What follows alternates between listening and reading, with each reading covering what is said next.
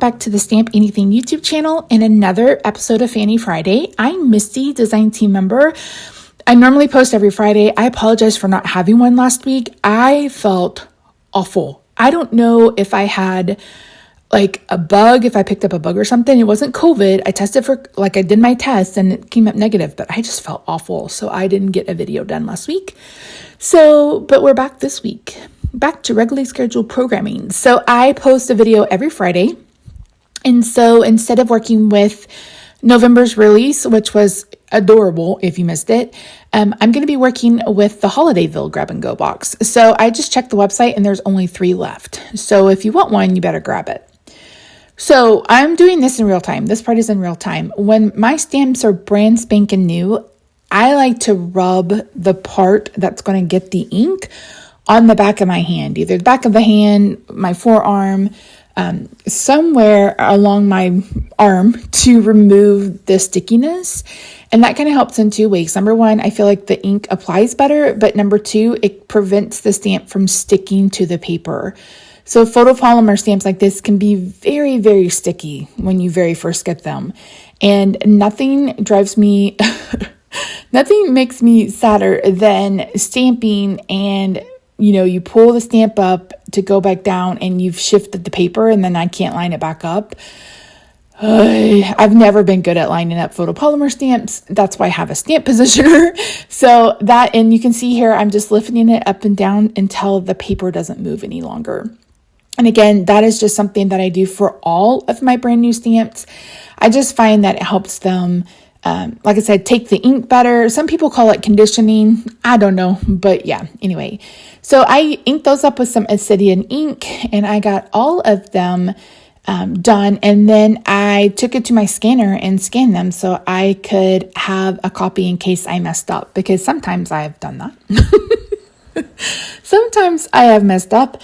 And another trick is after you've colored something, if you have a scanner, you can scan it and then you can make multiples of it because you've already colored it. It basically becomes like a clip art or ephemera piece for you. So that is the tip from me to you is to do that. And if I've done something which is really labor intensive, like if I've done a 1-layer card and there's lots of stamping and masking and stuff, I almost 100% will scan that. That way I have a copy in case I screw up. So I'm going to admit something to you right here, right now. I haven't seen the Grinch movie. I haven't seen the live action Grinch for a couple of reasons. Number 1, Jim Carrey's not my favorite. Number 2, the Grinch is not my favorite. We watched the cartoon growing up. I mean, you know how it was, especially if you were, grew up around when I did. Every winter it was like, Frosty and, Rudolph, and there was Claymation Christmas and there was the Grinch. And so I watched it. It's just not my favorite. So I haven't seen the live action, so I don't know what her name is. So I apologize for that. But she's pretty and we're going to color her. So for scan, I'm using E33, E21, and E30. So I start with the darkest right at her hairline and brought it a little bit on the sides of her cheek, on the side of her face, just because this would be covered by her hair. So her hair would cast a little bit of a shadow. If you've been with me before, you've colored with me before, you know that I'm not the kind of person who does a huge light source or anything like that. Most of the time, my light is from the top down. And I just like to add shadow on the image where I think it would be. You can get a bit more detailed if you want to, but for me, this is simple. It's something that I enjoy doing. And it's just the way that I've kind of taught myself how to color. So this is the hex chart, Copic hex chart from Sandy Allnock, and I cannot live without this. You can see me here kind of playing with the markers off to the side. That's another thing I do. I will pick markers that I feel like go with each other, and then I will test them on a piece of Copic paper that I would normally stamp with to see if I like the blend. Because a lot of times they look completely different when they're wet than when they do when they're dry. So I want to make sure that I like the blend that I'm getting. For hair, I know a lot of people like to color where you see the actual strands of hair, like hair strokes. I don't really enjoy that look. And plus, Anne has given us a ton of hair basically. So I'm just coloring from darkest to lightest. So I'm doing darkest on each side of this piece of hair. You can see here I'm an image turner. And then I'm just going from darkest to lightest and then going back, like I do that probably 2 or 3 times and just keep closing that gap. And then I'll fill in that gap with the lightest color. So the colors for her hair are E49, E29, 27, and 25. I picked this color palette because this is around Christmas, and for me, I don't know about you guys, for me, I tend to go a bit cooler with my hair in the kind of winter, springtime, and then I'm definitely warmer in the summer and the fall. So when it's, when we get probably actually in the next week or two, I will end up coloring my hair and it'll be a much cooler kind of ashy brown rather than a warm kind of ambery brown. And that is why I used these colors for this hair. Yep. So I'm just going to walk you through the coloring. So in today's video, I'm just going to color a few images with you. And then the next 2 videos, we will be creating cards using the images that I have colored. So once I get them colored, I'm going to scan them on my scanner. That way I can print a copy, or I can, let me tell you, I did a card, probably, it's been almost 3 years now. A beautiful nativity scene. So pretty. Lots of 1-layer stamping. I screwed that up 3 different times and had to stamp it 3 different times. And I was like, never again. So my husband walked in. He's like, what are you doing? I'm like, I'm scanning this. He's like, why? I said, because I've messed up 3 times. And I said, I'm tired of restamping it. And then if you've put in so much effort with your coloring, number one, it gives you an opportunity to have this image more than once. But number 2, it's also like if you screw up, maybe you get glue in the wrong place, or maybe you rip what you have, you can print her back out as long as you have, a printer that prints in color. So I hope that makes sense. I am just known for being messy, and you'll see that when we get to her skirt. But also, like I said, I learned my lesson with that nativity card. I have it in a frame because once I finished it, it's beautiful. But I was like, I can't, never again. So yeah.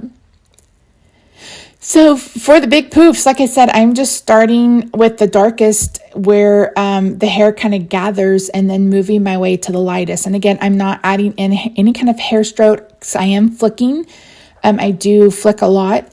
And then what I mean by that is I'm flicking the nib, and but I'm not leaving a white highlight. Like so many people do it, and I love it when it's on somebody else's card, but when I do it on my own, I'm like, no, I don't like it.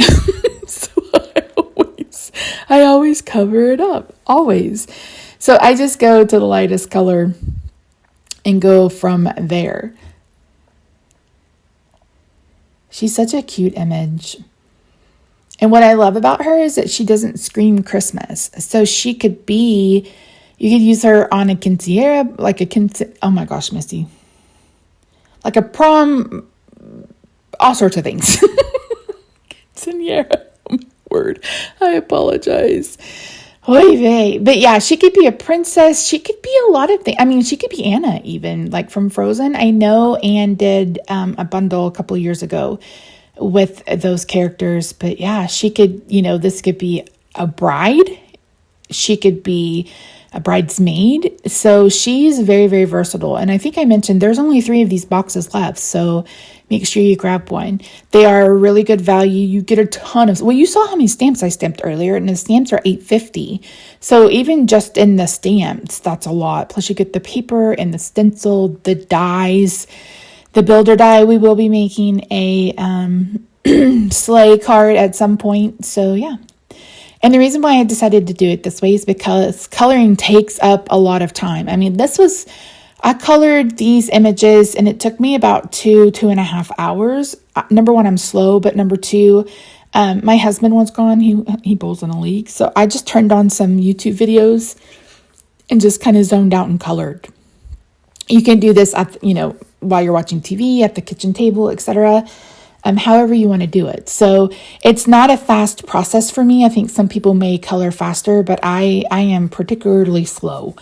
So yeah.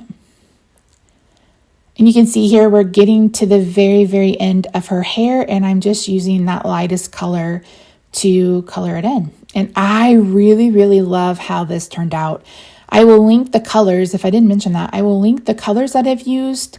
I will also not link them. I will list the colors that I've used. I will try to remember to link the unboxing video for this. And I will also try to remember to put the Hammermill cardstock link in the description box down below. If I forget and you're interested, just let me know. Okay, so I strayed a little bit on her skirt. I went a whole different direction in the reds I normally use. So I normally use R59, 46, and 35. This time I used R59, 29, 27, and 24. And it gave me a bit of a brighter red, and I love it. It's so pretty. So for her skirt, where Anne has added the pleating is where where it goes in, that's where I'm putting my darkest color. And where it comes out is where I'm putting like my darkest to my lightest.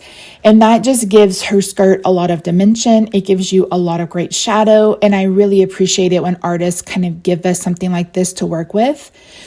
Absolutely beautiful. Reminds me of Gwen's dress from the October release with all of the ruffles. Oh, so pretty.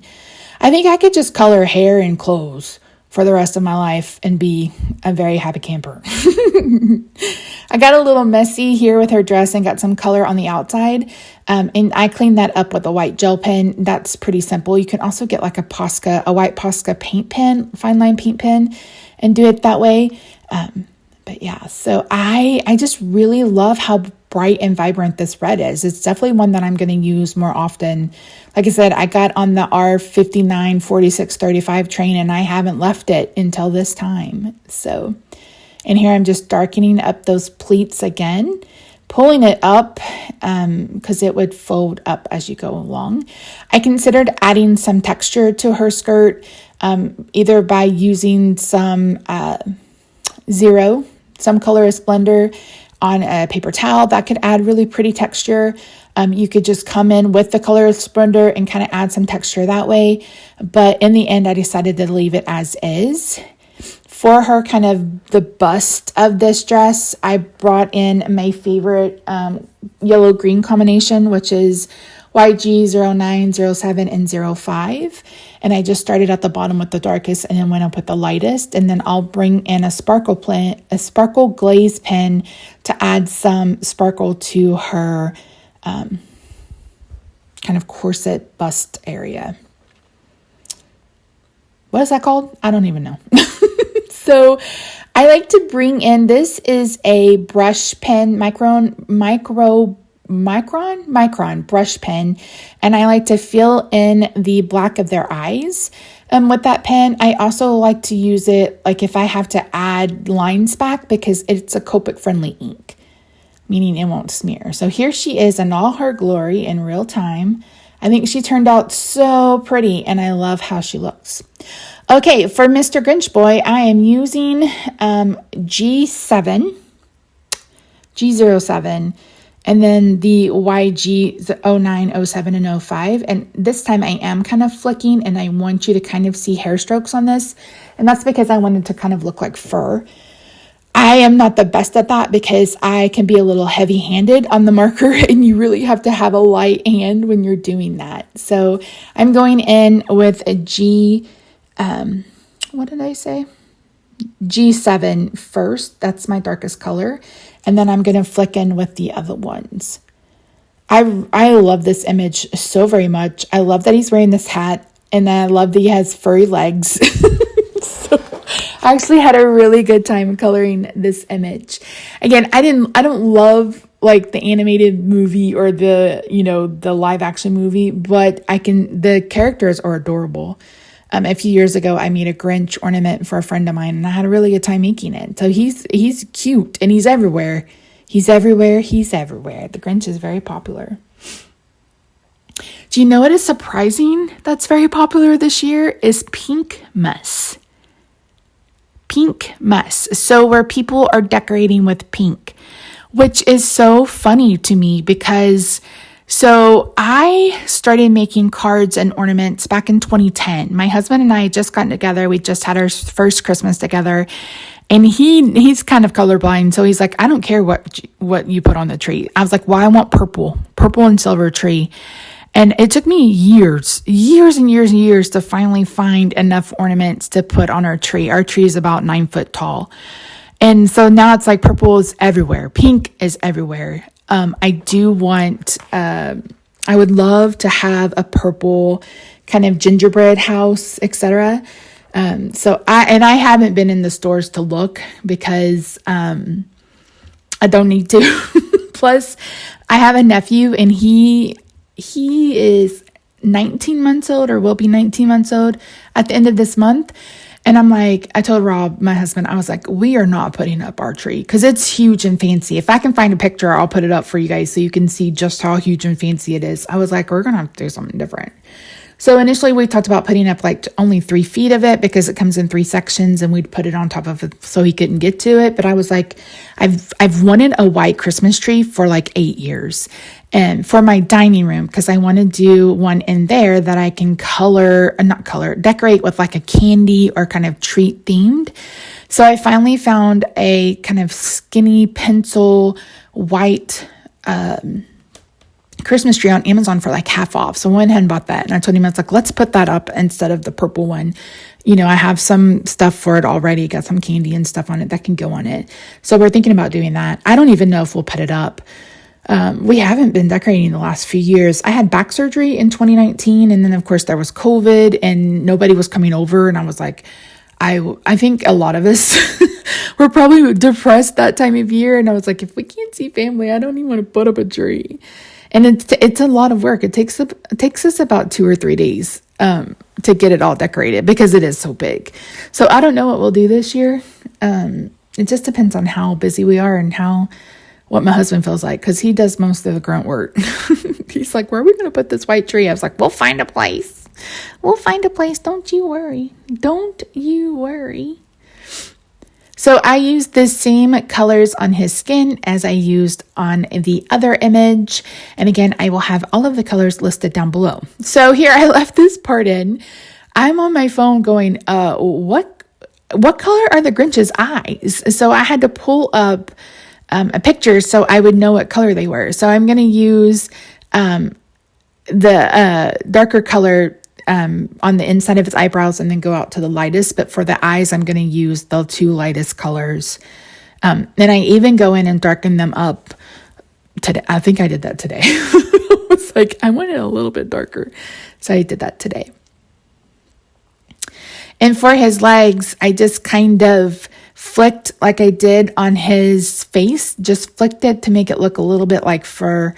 And then, we moved on. We moved on to his skin and we're about to move on to his boots. Initially, I was going to do brown. I was like, no, Missy, Santa, they need to be black. So I'm using C8, C6, and C4. And I've kind of left the top of them blank. And that's where my lightest color is going to be. I figured that would be lighter than the rest. So yeah, now I'm going to bring those reds back in. Oh, I forgot. I colored his belt. C8, C6.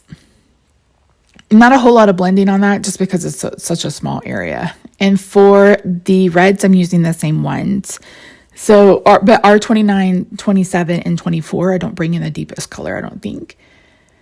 But again, so pretty. And the darkest color has gone down by the fuzz, the foof, because the floof would cause a shadow right there where the 2 of them are, especially since it's so 3D like this. And that's kind of how I determine my light source. It's not like it's the sun coming in from the east or the west. It's like, okay, what part of this clothing would be on top of the other one? And again, you can do so much more than that. But for me, as a card maker, I don't feel like I need to go more than that. And I keep it simple. I like to keep it simple for you, especially those of you who are new and maybe struggling or a little nervous about coloring. Don't be. Stamp a bunch of images and just sit down and color. That's really all you can do is just practice, watch other people. I follow artists who use Copic, who do Copic illustrations and stuff outside of the card making, kind of scrapbooking, paper crafting community. And I've gotten a lot of tips and trips that way. So yeah, just follow everybody. follow everybody on the yellow brick road. Okay. So I'm using C2 and C1 for the top of his boots. But for his floof, for the fluff, I am using BG10 and I am just dotting this. I'm dotting it on all of the spots where he has the white. And again, with the brush marker for his eyes. A lot of people shade white with gray and it always looks dirty to me. So again, that's all personal preference. And then here I'm trying to use a fine tip marker on his belt buckle and I just had to end up coloring all the way over it. So I colored this first sack up here on the left and didn't care for it. I wanted it a bit more khaki. So I put it to the side and now I'm coloring Max. For Max, I used E39, 33, and 21. And I am just flicking like I kind of did on the Grinch. But for Max, I'm going to go ahead and let those hair strokes go for his entire face. And then I'll go back in and add his features with the black pen. So my favorite part of Max, this image, is that little pompadour at the top. So flipping cute. I was like, this Max is adorable. A lot of people have done the Grinch, like, what am I trying to say? Like their own rendition of the characters. And by far, these are probably my favorite. Especially Max. He's just so stinking cute. With the little pompadour. And that's the great thing about this image is you can mask it so you don't have the reindeer antler, and he could be just a puppy, just a regular puppy for any kind of other card. So I love that about these images. If you aren't in the Facebook group, I highly recommend you join and look out for Timothy. He switches heads and bodies and stuff all of the time, and it is amazing. He is so talented. He's just so talented and so creative. And he has, I know, several lives in the group where he shows how he switches heads, etc. And it's like, I never even thought of that. So love it. For his little pompadour, I did the exact same way. I've done everything where I did the darkest and moved into the lightest. And again, you can kind of see the texture on his face, and I really loved it. I tried to do that same texture on his body, but it's just too small for me. So I ended up coloring it mostly just one color with a little bit of shading. But I think it's, oh my gosh, it's so cute. We don't have a dog. We have a cat, Roxy. If you're on my channel, the Jolly Fit Off channel, you've seen her or seen her antics at least. So I've wanted a dog for forever. I grew up with dogs. We didn't have cats growing up. We had dogs. But my husband, he doesn't like dogs. And I know you're like, why doesn't he like dogs? He has a pretty big scar on his face where he got bit. And so it's just turned him off from dogs. And I'm like, okay, I'm okay with a cat, but yeah. I mean, I can't help it when you see those little Frenchies, or there was a time before he and I met that I wanted a Great Dane. I drove a Volkswagen Beetle and I was like, I want a Great Dane. And my friends are like, why? I was like, that way he can just go places with me and sit in the back. And I had a friend who raised Great Danes, and one of theirs just loved me. And every time I was over, he would come like just put his big old head on my chest. And it was like petting a horse. So pretty. They're so pretty and just so cute. Dogs are cute. They bark. They bark a lot. Our neighbor leaves when it was when it was a bit warmer, he would leave his dog out all day long and it would bark all day long. So I wouldn't want to do that. I mean, yeah. Okay, moving right along. I have no idea what color I used for his antler. Did I write it down? I know it was a more kind of khaki color for sure. So for the bag, I am using E84, 44, 43, 42, 41. I bet I used 42 and 41 for his antler. So for the bag, the initial bag was a bit too warm. I wanted this a bit more khaki, and I really didn't need to do that. Let's just be honest. I really didn't need to recolor it. But I was like, I want this to be a bit more khaki. So these are definitely more green browns for sure. So for the shadow, I'm going underneath the kind of, what is that called? Is it a flap? Maybe it's the flap of the bag. And then I'm putting it more down at the bottom where it's, would be on the ground.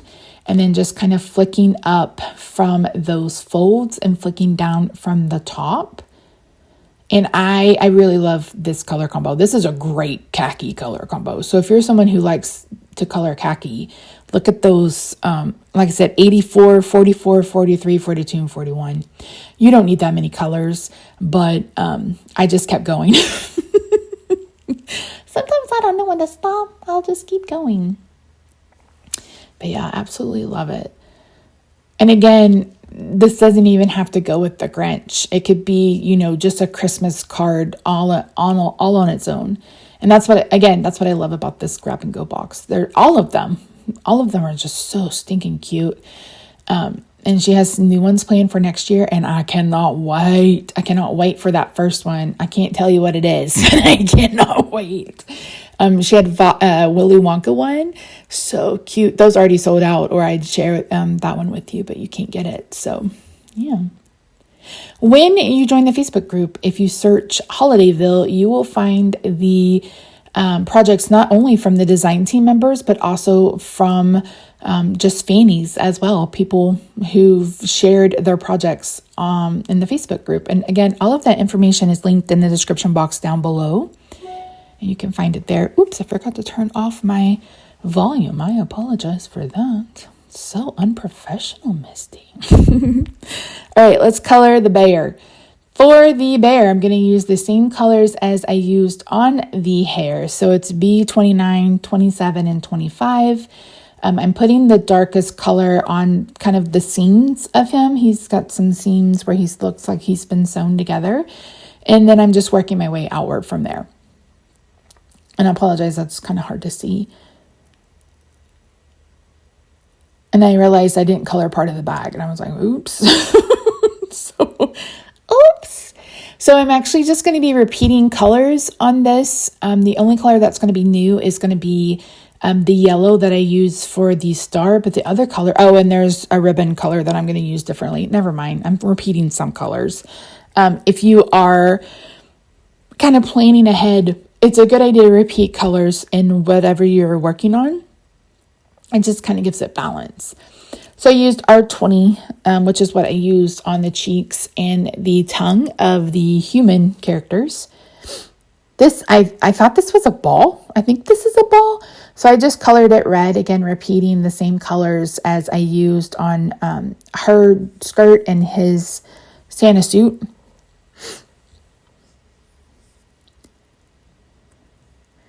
And then for the tree, I'm using YG09 and 07. Actually, I may have just used the one because there isn't a whole lot of room to add a bunch of shading.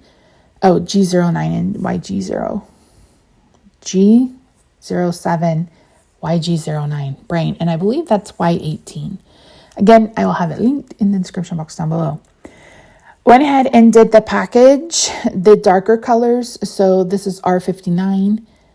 And this present is a nod to The Cat in the Hat. So another movie I never watched, but one that I taught. I don't know if you guys knew that, but I taught early childhood. So I taught a first grade, kindergarten, second grade. I did special ed for the youngers. And when I taught second grade, we all took a Dr. Seuss theme, our Dr. Seuss book, and we decorated our rooms and decorated our bulletin boards using that. And then that's how we celebrated his birthday. It's Read Across America, I think, March 3rd. Correct me if I'm wrong. But, and I was the one, I think I've mentioned before, I was the one in charge of getting all the hats and those kinds of things. So yeah. All right, guys, and that's it. Here are the characters in all of their glory. Thank you so much for joining me. Don't forget to subscribe if you haven't already. I will be back next Friday with another video. We're going to make some cards next Friday and the Friday after that. If you are in the USA, I hope that you have a very safe and happy Thanksgiving next week. If you're outside of the US, I hope you have a really good week. And I will see you next week for another episode of Fanny Friday, and we're going to be using these images on cards. All right, friends, that's it. Bye for now.